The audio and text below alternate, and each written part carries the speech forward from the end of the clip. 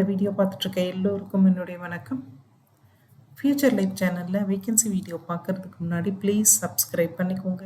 நீங்கள் சப்ஸ்கிரைப் பண்ணால் மாத்திரம்தான் நான் போடுற வீடியோ உங்களுக்கு உடனுக்குடனே கிடைக்கும். அதை பார்த்துட்டு அப்ளிகேஷன் இன்டேட்டுக்கு முன்னாடி உங்களால் அப்ளை பண்ணவும் முடியும். இன்றைக்கி நம்ம பார்க்க போகிற vacancy railway recruitment board announce பண்ணியிருக்கிற வேகன்சியை தான் நம்ம வீடியோவாக பார்க்க போகிறோம். ஸோ இந்த நோட்டிஃபிகேஷன் அனௌன்ஸ் பண்ணது பார்த்திங்கன்னா டெக்னீஷியன் கிரேட் 1 சிக்னலுக்காகவும் அதே மாதிரி டெக்னீஷியன் கிரேட் 3 இது வந்து வேரியஸ் கேட்டகரிஸ். ஸோ இதுக்கெல்லாம் சேர்த்து தான் ஒரே அனௌன்ஸ்மெண்ட்டாக கொடுத்துருக்காங்க. ஃபஸ்ட்டு நம்ம எத்தனை வகையான வேகன்சி அனௌன்ஸ் பண்ணியிருக்காங்க, ஆல் ஓவர் இந்தியா வேகன்சி எவ்வளோ அப்படின்னு பார்த்துருவோம். All over India 6557 vacancy announce பண்ணியிருக்காங்க. ஸோ இதில் 25 வகையான வேகன்சி வந்து கொடுத்துருக்காங்க. இதில் ஃபஸ்ட்டு வேகன்சி பார்த்திங்கன்னா டெக்னீஷியன் கிரேட் 1 சிக்னல், இது வந்து 323 வேகன்சி. ஸோ இதில் வந்துட்டு டெக்னீஷியன் கிரேட் 3 இதில் 1 வந்து ஒரே ஒரு கேட்டகரிக்கு மட்டும்தான் 1, மீதி எல்லாம் கிரேட் 3 தான் வருது.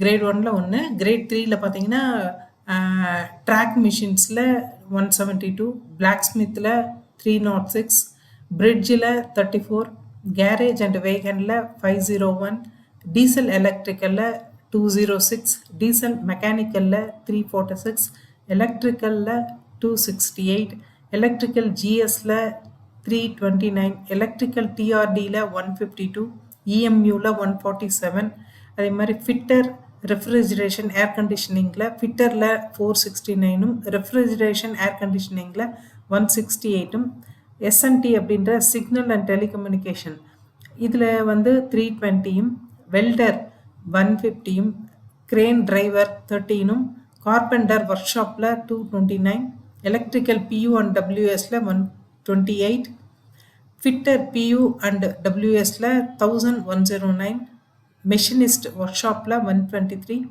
மெக்கானிக்கல் ஒர்க் ஷாப்பில் 193, மில் ரைட்டில் 170, பெயிண்டர் 77, ட்ரிம்மர் ஒர்க் ஷாப்பில் 46, வெல்டர் பியூ அண்ட் டபிள்யூஎஸ் இதில் 584, மொத்தமாக 6557 இவ்வளோ வேகன்சி வந்து அனௌன்ஸ் பண்ணியிருக்காங்க. இது all over India vacancy.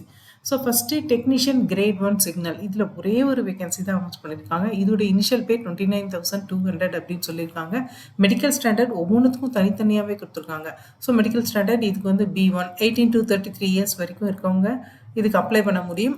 323 vacancy, இது மாத்திரம்தான் கிரேட் 1, மீது எல்லாமே கிரேட் 3 தான். இதில் 19,900 உங்கள் சேலரி ஸ்டார்டிங் சேலரியாக இருக்கும். இதில் வந்து மெடிக்கல் ஸ்டாண்டர்ட் மொத்தம் டோட்டலாக 24க்கும் தனித்தனி மெடிக்கல் ஸ்டாண்டர்ட் அது வந்து அனெக்ஷரில் கொடுத்துருக்காங்க. ஸோ இதுக்கு 18 to 30 இயர்ஸ் இருக்கவங்க அப்ளை பண்ணலாம். 6,234 வேகன்சி இருக்குது. மொத்தம் 6,557 வேகன்சி அனௌன்ஸ் பண்ணியிருக்காங்க. ஸோ இம்பார்ட்டன்ட் டேட்ஸ் அப்படின்னு பார்த்தீங்கன்னா இதோட ஆன்லைன் அப்ளிகேஷன் ஸ்டார்ட் ஆனது 30th June 2026. ஸோ இதோடைய ஆன்லைன் அப்ளிகேஷன் க்ளோஸ் ஆகிறது 29th July 2026 23:59 11:59 ஹவர்ஸ்க்கு க்ளோஸ் ஆகிடும். லாஸ்ட் டேட் அப்ளிகேஷன் பார்த்தீங்கன்னா 31st July வரைக்கும் டைம் கொடுத்துருக்காங்க அப்ளிகேஷன் ஃபீஸ் கட்டுறதுக்கு.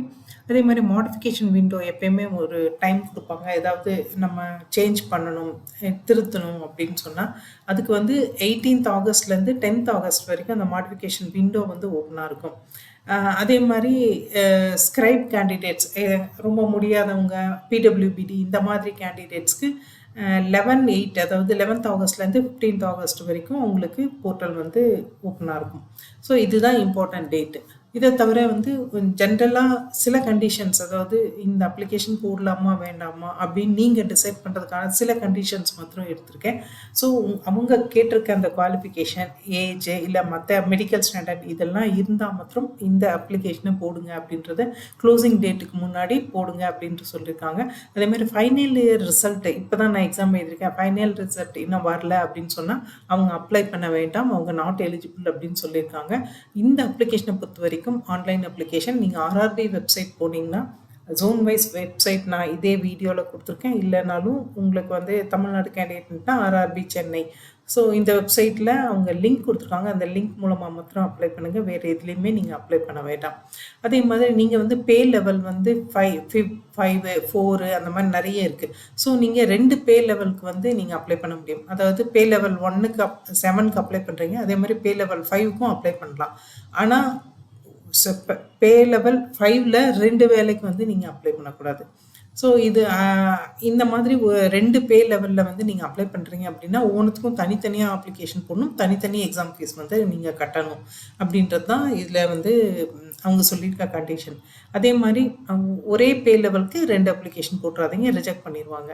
ஏஜ் அப்படின்றது 18-33 இயர்ஸ் டெக்னீஷியன் கிரேட் 1. நான் அது முன்னாடியே சொன்னேன். அதே மாரி கிரேட் 18-30 இயர்ஸ் வந்து கிரேட் 3க்கு. அதே மாரி ஆக்டிவ் மொபைல் நம்பர் இப்போல்லாம் எல்லா வெப்சைட்ல எல்லா விதமான வேகன்சிலும் கேட்குறாங்க. ஸோ உங்களோட ஆக்டிவ் மொபைல் நம்பரும் ஒரு இமெயில் ஐடியும் கண்டிப்பாக வேணும்.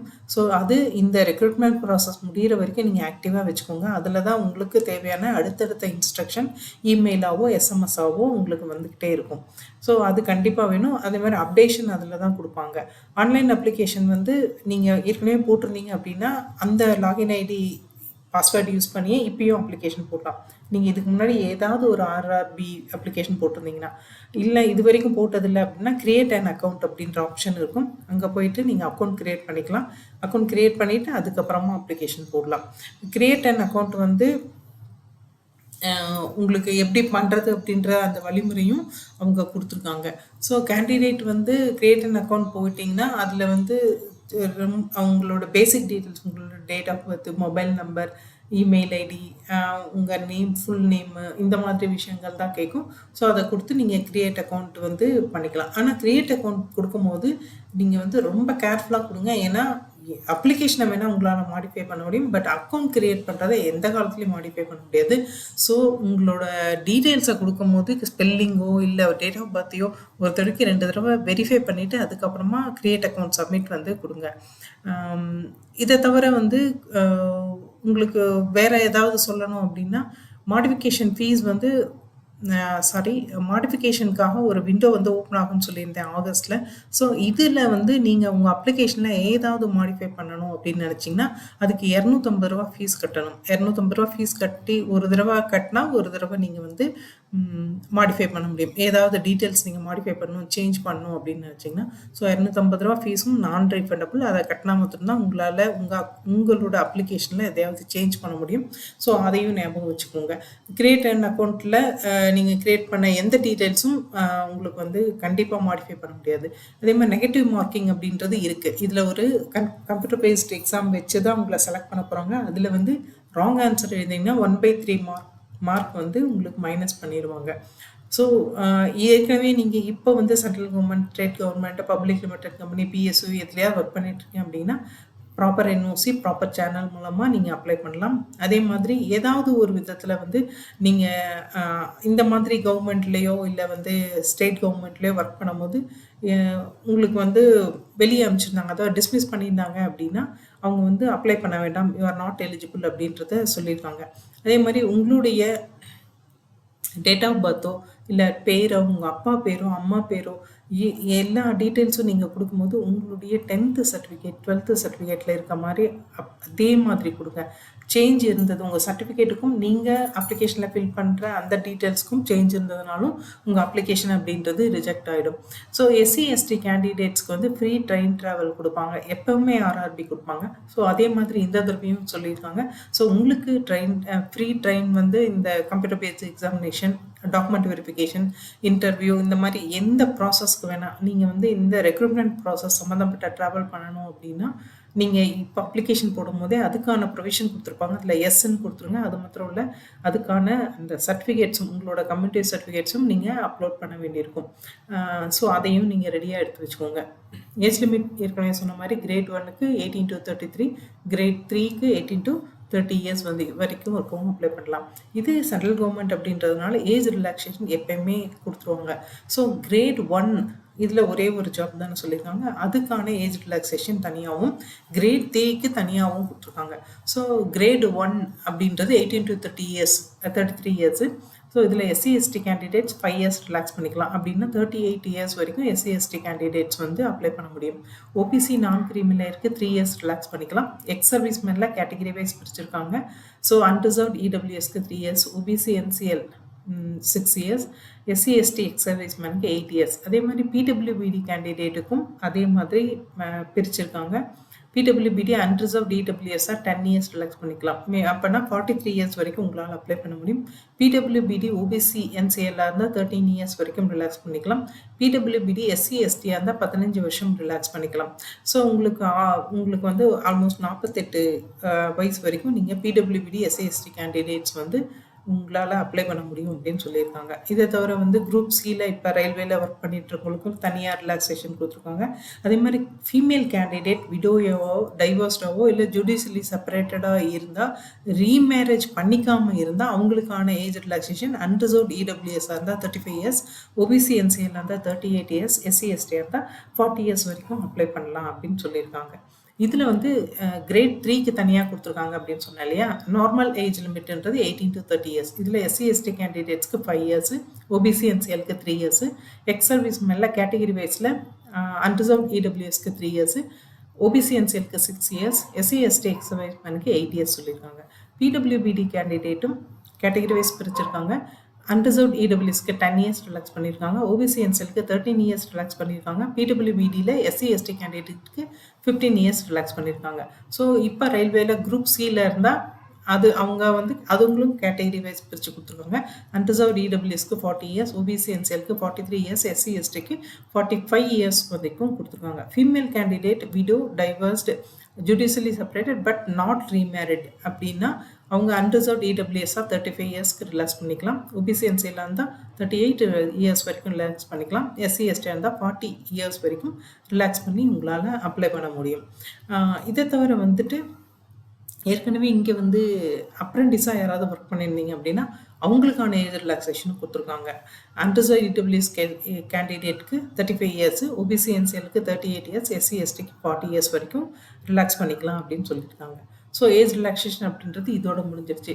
அதே மாதிரி டேட் ஆஃப் பர்த் எதுலேருந்து எது வரைக்கும் பிறந்தவங்க அப்படின்றத கால்குலேட் பண்ணோம் அப்படின்னா குரூப் 1 அதாவது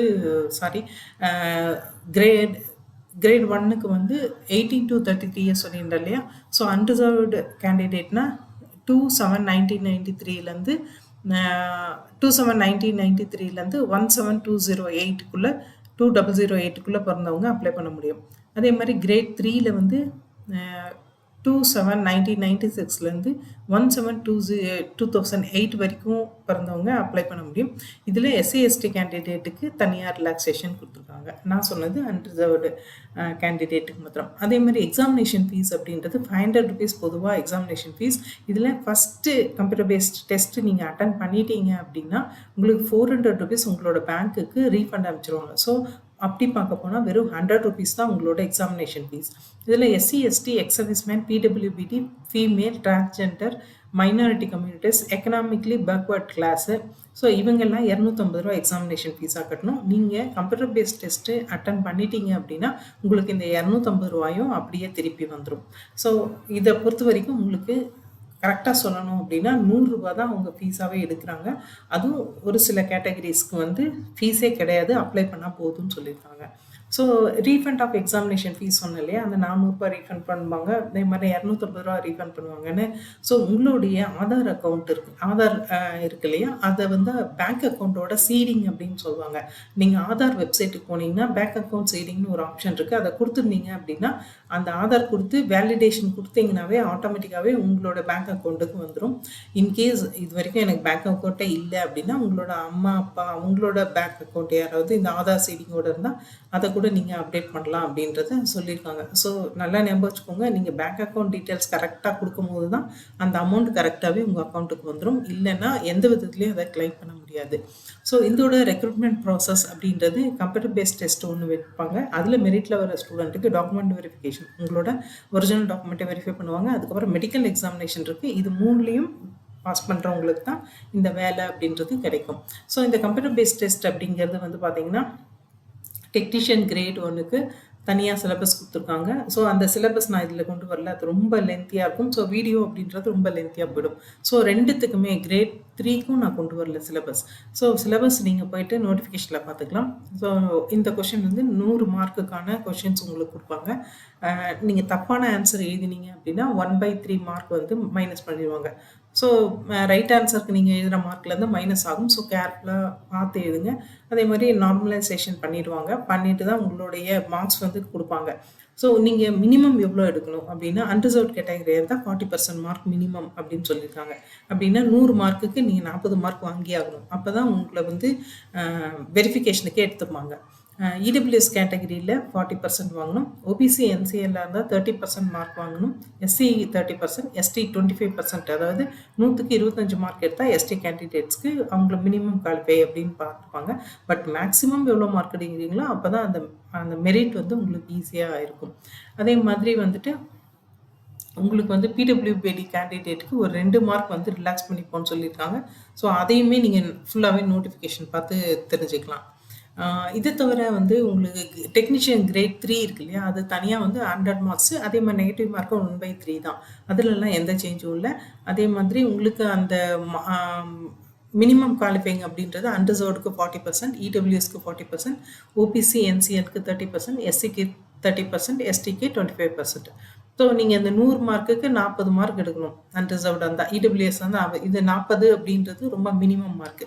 ஸோ நீங்கள் எவ்வளோ மேக்ஸிமம் மார்க் எடுக்கிறீங்களோ அப்போ தான் வந்து இந்த சான்ஸ் வந்து உங்களுக்கு அதிகமாக இருக்கும். ஸோ இதை தவிர வந்து இங்கேயுமே பிடபிள்யூபிடி கேண்டிடேட்டுக்கு ஒரு 2 மார்க் ரிலாக்ஸ் பண்ணி போன்றது சொல்லியிருக்காங்க. அதே மாதிரி ஹவு டு அப்ளை இதில் தான் அந்த கிரியேட் அக்கௌண்ட் நான் சொல்லியிருந்தேன் இல்லையா, ஸோ இங்கே தான் இந்த வழிமுறையெல்லாம் கொடுத்துருக்காங்க. நீங்கள் அந்த வெப்சைட் போனீங்கன்னாவே ஃபஸ்ட்டு உங்களோட ஐடி பாஸ்வேர்ட் கேட்கும். நீங்கள் ஏற்கனவே ஆர்ஆர்பி அப்ளை பண்ணியிருந்தீங்கன்னா அந்த ஐடி பாஸ்வேர்டு ஈவன் பாஸ்வேர்ட் தெரியலாம் கூட ஃபர்கெட் பாஸ்வேர்ட் கொடுத்து நீங்கள் தாராளமாக அந்த பாஸ்வேர்டை மாற்றிட்டு நீங்கள் அப்ளை பண்ணலாம். இன்கேஸ் இது வரைக்கும் ஆர்ஆர்பி நான் அப்ளை பண்ணவே இல்லை அப்படின்னா நீங்கள் அந்த கிரியேட் அக்கௌண்ட்ற ஆப்ஷனை கிளிக் பண்ணுங்கள். அங்கே போன உடனே உங்களுக்கு வந்து ஒரு வேலிட் இமெயில் ஐடியும் ஃபோன் நம்பரும் கேட்கும். அதுக்கு ஒரு ஓடிபி வரும். நீங்கள் அதை போய் கிளிக் பண்ணிங்கன்னா தான் உங்கள் அக்கௌண்ட்டே ஆக்டிவேட் ஆகி அடுத்தது வந்து உங்களோட நேம் இந்த மாதிரி சில விஷயங்கள்லாம் கேட்கும். அதை கொடுத்துட்டிங்கன்னா கிரியேட் அக்கௌண்ட் முடிஞ்சது. அதுக்கப்புறமா தான் நீங்கள் அடுத்தது வந்து நீங்கள் அடுத்தடுத்த ப்ராசஸ் வந்து நீங்கள் போகணும். இதில் வந்து முக்கியமான விஷயம் ஃபோட்டோ அப்லோட் பண்ண வேண்டியதில்லை, லைவ் ஃபோட்டோகிராஃப். நீங்கள் வந்து உங்கள் லேப்டாப்போ இல்லை கம்ப்யூட்டரில் எதில் நீங்கள் இந்த ஃபார்ம் ஃபில்அப் பண்ணுறீங்களோ அதில் இருக்க கேமரா ஆக்டிவாக ஒர்க் ஆகுற மாதிரி பார்த்துக்கோங்க. ஸோ அதில் வந்து நீங்கள் ஒரு தடவை கண் மூடி திறந்தீங்க அப்படின்னா லைவ் ஃபோட்டோகிராஃப் வரும். அதை கிளிக் பண்ணிட்டீங்க அப்படின்னா கண் மூடி திறந்தீங்கன்னா உங்களோட ஃபேஸை வந்து அது கேப்சர் பண்ணி அதவே ஃபோட்டோவாக எடுத்துக்கும். ஸோ இதுதான் லைவ் ஃபோட்டோகிராஃப். அதே மாதிரி இதில் வந்து இந்த வெப்கேம், அதாவது ஃப்ரண்ட் கேமரா கரெக்டாக இருக்க மாதிரி நீங்கள் எதில் அப்ளை பண்ணாலும் சரி அந்த ஃபோட்டோகிராஃபுக்கு தகுந்த மாதிரி நீங்கள் உட்காந்துக்கோங்க. அதே மாதிரி ஓரளவுக்கு கலர் ட்ரெஸ்ஸாக போட்டுக்கோங்க. ஒயிட்டாக வேண்டாம் அப்படின்னு சொல்லியிருக்காங்க. அதே ரொம்ப டார்க்கும் வேண்டாம், கான்ட்ராஸ்ட் ரொம்ப இதாக வேண்டாம் அப்படின்னு சொல்லியிருக்காங்க. அதே மாதிரி பேக்ரவுண்டும் அந்த மாதிரி இருக்க மாதிரி பார்த்துக்கோங்க. பார்த்துட்டு ஃபேஸ் நல்லா கிளியராக இருக்க மாதிரி ஸ்ட்ரைட்டாக உட்காந்து அந்த கேமரா வந்து பாருங்கள். அது கரெக்டாக உங்கள் ஃபேஸை வந்து கேப்சர் பண்ணுற மாதிரி பார்த்துக்கோங்க. ரொம்ப க்ளோஸாகவும் போக வேண்டாம் உங்கள் ஃபேஸு, ரொம்ப லாங் டிஸ்டன்ஸுக்கு உங்கள் ஃபேஸை கொண்டு போக வேண்டாம்.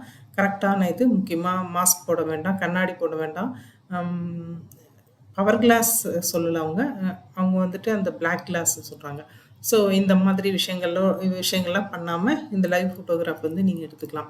அதே மாதிரி என்னென்ன டாக்குமெண்ட்ஸ் வந்து ஸ்கேன் பண்ணிக்கணும் அப்படின்னா முக்கியமாக உங்கள் சிக்னேச்சர் வந்து உங்களுக்கு பார்த்தீங்கன்னா பிளாக் இங்கில் ஒயிட் பேப்பரில் சைன் பண்ணிடுங்க. அந்த சைன் வந்து ரன்னிங் ஹேண்ட் ரைட்டிங்காக இருக்கணும், கேபிட்டல் லெட்டரில் இருக்கக்கூடாது. ஸோ இதை வந்து ஸ்கேன் பண்ணி எடுத்து வச்சுக்கோங்க. இந்த சிக்னேச்சர் அப்படின்றது 30 to 49 கேபிக்குள்ளே இருக்க மாதிரி ஸ்கேன் பண்ணி ஒரு ஃபைலாக நீங்கள் எடுத்து வச்சுக்கலாம். எடுத்து வச்சுட்டு அதை வந்து நீங்கள் அப்லோட் பண்ண வேண்டியிருக்கும். அடுத்தது வந்து பார்த்தீங்கன்னா ரிஜெக்ஷன் எதுவெல்லாம் ஆகும், என்னெல்லாம் பண்ணிங்கன்னா உங்கள் அப்ளிகேஷன் ரிஜெக்ட் ஆகிடும் அப்படின்னு சொல்லியிருக்காங்க. சிக்னேச்சர் வந்து வேறு யாராவது ஒரு அப்ளிகண்ட்டு, அதேமாதிரி நான் ஒயிட் பேக்ரவுண்டில் இருக்குன்னா, அதேமாதிரி பிளாக் இங்க் இல்லைன்னா உங்கள் சிக்னேச்சர் கண்டிப்பாக ரிஜெக்ட் ஆகிடும் அப்படின்னு சொல்லியிருக்காங்க. அதே மாதிரி சிக்னேச்சர் வந்து பிளாக் லெட்டர்ஸ்லையோ இல்லை ஒரு ஏபிசிடி மாதிரி வந்து தனித்தனி லெட்டராகவும் எழுதினீங்க அப்படின்னா கண்டிப்பாக ரிஜெக்ட் ஆகிடும். ஸோ சைனை பொறுத்த வரைக்கும் நீங்கள் இதெல்லாம் பார்த்துக்கோங்க. அதே மாதிரி ஸ்கேன் பண்ணி எடுக்கும்போது கிளியராக இல்லாமல் வந்துட்டு இருந்தால் கண்டிப்பாக ரிஜெக்ட் ஆகிடும். ஸோ நல்லா கிளியராக உங்கள் சைன் வந்து தெரிகிற மாதிரி ஸ்கேன் பண்ணி எடுத்துக்கோங்க உங்களோட இது. அதே மாதிரி கரெக்டாக அப்லோட் பண்ணுங்கள், பிளாங்காக எதுவுமே அப்லோட் பண்ணிடாதீங்க. ஸோ இதுதான் அவங்க கேட்டிருக்கு. இந்த சிக்னேச்சரை பொறுத்த வரைக்கும் எதெல்லாம் பண்ணால் ரிஜெக்ஷன் ஆகுன்றதை நீட்டாக கொடுத்துருக்காங்க. அதெல்லாம் தயவுசெய்து பண்ணாதீங்க. அதே மாதிரி உங்களுடைய டாக்குமெண்ட்ஸ் வந்து பிடிஎஃப் ஃபார்மேட்டில் எடுத்து வச்சுக்கோங்க. அதாவது எஸ்சி எஸ்டி கேண்டிடேட்னா நான் வந்து கம்யூனிட்டி சர்டிஃபிகேட்டு, அதே மாதிரி பிடபிள்யூபி கேண்டிடேட்டு அவங்களோட கம்யூனிட்டி அவங்களுடைய அந்த பிடபிள்யூபிடிக்கான அந்த சர்டிஃபிகேட் இருக்கும். ஸோ இதெல்லாம் வந்து கரெக்டாக பிடிஎஃப் ஃபார்மேட்டில் நீங்கள் ஸ்கேன் பண்ணி எடுத்து வச்சுக்கோங்க. அதுக்கப்புறமா அப்ளை பண்ண உட்காருங்க. ஆர்ஆர்பி வெப்சைட்டை பொறுத்த வரைக்கும் all over India zone wise வந்து தனித்தனி வெப்சைட்டாகவும் இருக்கும். ஸோ நீங்கள் அந்த மாதிரி போய் பார்த்தும் அதுலேருந்து இந்த நோட்டிஃபிகேஷனை படிக்கலாம். ஸோ எல்லாருக்குமான வெப்சைட் நான் கொடுத்துருக்கேன். சென்னையை பொறுத்த வரைக்கும் https அதாவது சென்னைனா தமிழ்நாடு https://rrbchennai.gov.in. ஸோ இதுதான் அஃபிஷியல் வெப்சைட். இதில் ஃபஸ்ட்டு நோட்டிஃபிகேஷனை படிச்சுட்டு அதுக்கப்புறமா அப்ளிகேஷன் லிங்க் போங்க. அப்ளிகேஷன் லிங்க் போகிறதுக்கு முன்னாடி சிக்னேச்சரோ இல்லை உங்களுக்கான சர்டிஃபிகேட்ஸோ ஸ்கேன் பண்ணி எடுத்து வச்சுக்க மறந்துடாதீங்க. அதே மாதிரி 25 வகையான வேகன்சி சொன்னேன். அதுக்கு எதுக்குமே நான் குவாலிஃபிகேஷன் சொல்லவே இல்லை. ஸோ ஃபஸ்ட் டைம் இதுதான் அவங்க வந்து என்னென்ன வேகன்சிக்கு என்னென்ன குவாலிஃபிகேஷன் நீங்கள் இருந்தால் அப்ளை பண்ண முடியுன்றதை சொல்லியிருக்காங்க. ஃபஸ்ட்டு கிரேட் 1ல் ஒரே ஒரு வேலை தான் சொல்லியிருந்தாங்க. ஸோ கிரேட் 1 பொறுத்த வரைக்கும் இது பே லெவல் வந்து 5. ஸோ இந்த பே லெவல் 5 எஸ்என்டி டிபார்ட்மெண்ட்டில் இந்த vacancy bachelor of science in physics, electronics, computer science, information technology, instrumentation இதெல்லாம் படித்தவங்க. இல்லைன்னா வந்துட்டு நீங்கள் பிஎஸ்சி கூட எலக்ட்ரானிக்ஸ், கம்ப்யூட்டர் சயின்ஸ் இந்த மாதிரி படிச்சிருக்கலாம்.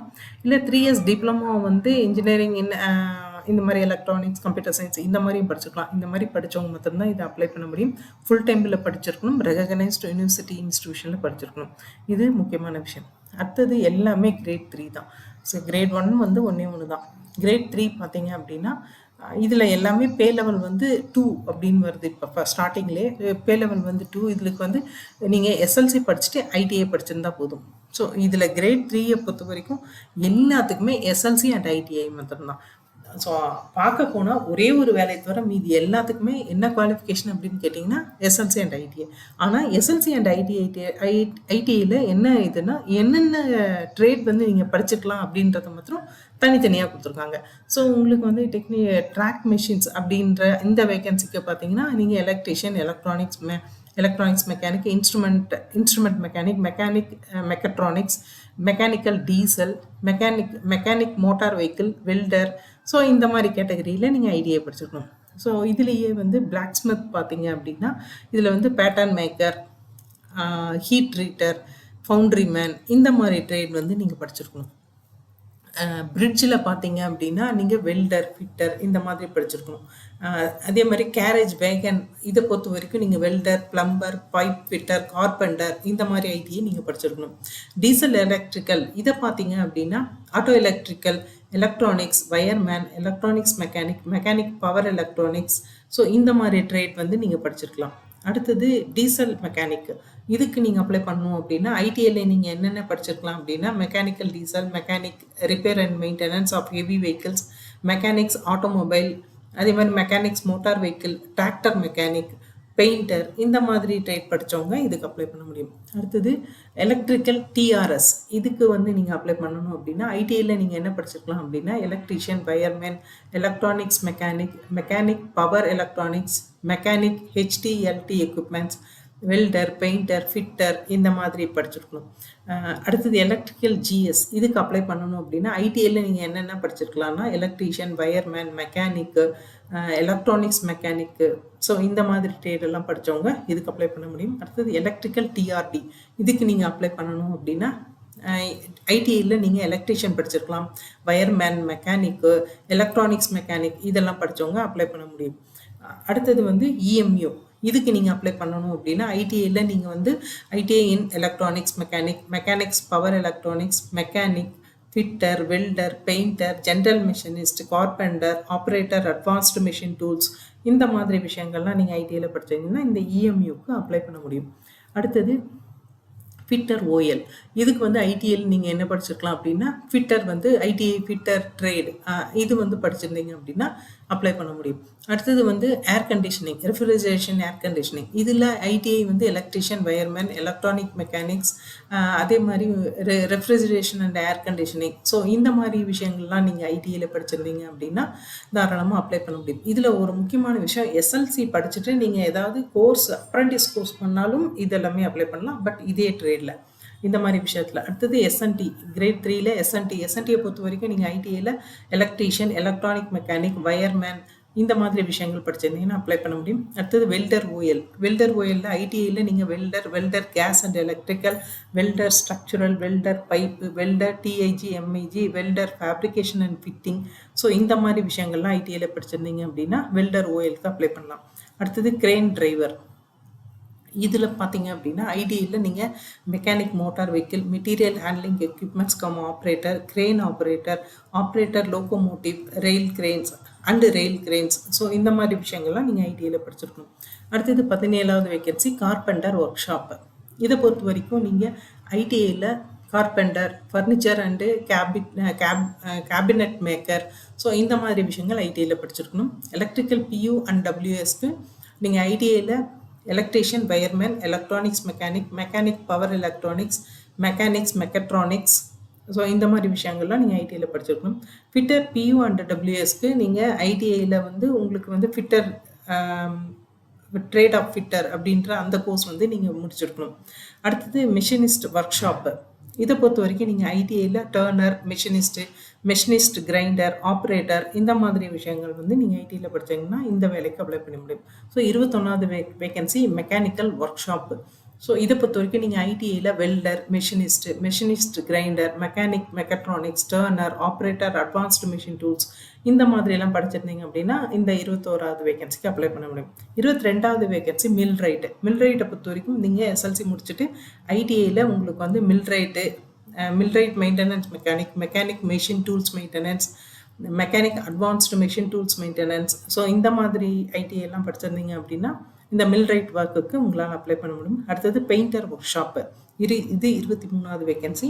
ஸோ எஸ்எல்சி படிச்சுட்டு ஐடிஐயில் நீங்கள் ஜென்ரல், டொமஸ்டிக் பெயிண்டர், இல்லை trade of painter, industrial painter இந்த மாதிரி விஷயங்கள் படிச்சிருந்தீங்கன்னா இதுக்கு அப்ளை பண்ண முடியும்.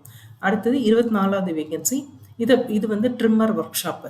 இதை பொறுத்த வரைக்கும் நீங்கள் எஸ்எல்சி முடிச்சுட்டு ஐடிஐயில் upholster, cutting and sewing technology, dress making, designer and master cutter இந்த மாதிரி விஷயங்கள் படிச்சிருக்கணும். 25வது வேகன்சி, இதுதான் கடைசி வேகன்சி, வெல்டர் பியூ அண்ட் டபிள்யூஎஸ். இதை பொறுத்த வரைக்கும் நீங்கள் எஸ்எல்சி முடிச்சுட்டு ஐடிஐயில் trade of welder gas and electrical, welder structural, welder pipe, welder TIG, MIG, welder fabrication and fitting, so இந்த மாதிரி ஐடிஐலாம் நீங்கள் படித்து சர்டிஃபிகேட் வாங்கியிருந்தீங்க அப்படின்னா இதுக்கு அப்ளை பண்ண முடியும்.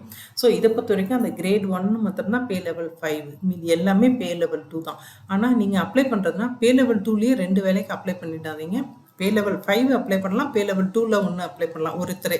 ஆனால் பே லெவல் 2லேயே 2 வேலைக்கு நீங்கள் அப்ளை பண்ண முடியாது. ஸோ அது நல்லா ஞாபகம் வச்சுக்கோங்க. அப்ளை பண்ணும்போது கரெக்டாக அப்ளை பண்ணுங்கள். அந்த 6557 வேகன்சியும் ஆல் ஓவர் இந்தியான்னு சொல்லியிருந்தேன். ஸோ ஆல் ஓவர் இந்தியா என்ன மாதிரி பிரிச்சிருக்காங்க அப்படின்றதுக்கும் டீட்டெயில்ஸ் கொடுத்துருக்காங்க. ஸோ நம்ம ஃபாஸ்ட்டாக பார்க்கணும் அப்படின்னா அகமதாபாத்தை பொறுத்த வரைக்கும் உங்களுக்கு 280 வேகன்சி இருக்குது. அஜ்மீரை பொறுத்த வரைக்கும் 229 வேகன்சி, பெங்களூரை பொறுத்த வரைக்கும் 245 vacancy, Bhopal 226 vacancy, Bhubaneswar 136 vacancy, Bilaspur 102 vacancy, Chandigarh 512 vacancy, சென்னைக்கு 610 வேகன்சி கொடுத்துருக்காங்க. இல்லை கொஞ்சம் சென்னை பொறுத்த வரைக்கும் தமிழ்நாடு கேண்டிடேட்ஸ்க்கு கொஞ்சம் அதிகமாகவே கிடச்சிருக்க வேகன்சி. ஸோ மிஸ் பண்ணாமல் அப்ளை பண்ணுங்கள். இதில் கிரேட் 1ம் கிடச்சிருக்கு, அது வந்து கிராஜுவேஷன் பண்ணவங்களுக்கு. ஸோ 19 வேகன்சி மொத்தமாக வந்து கிரேட் 1க்கு கிடச்சிருக்கு.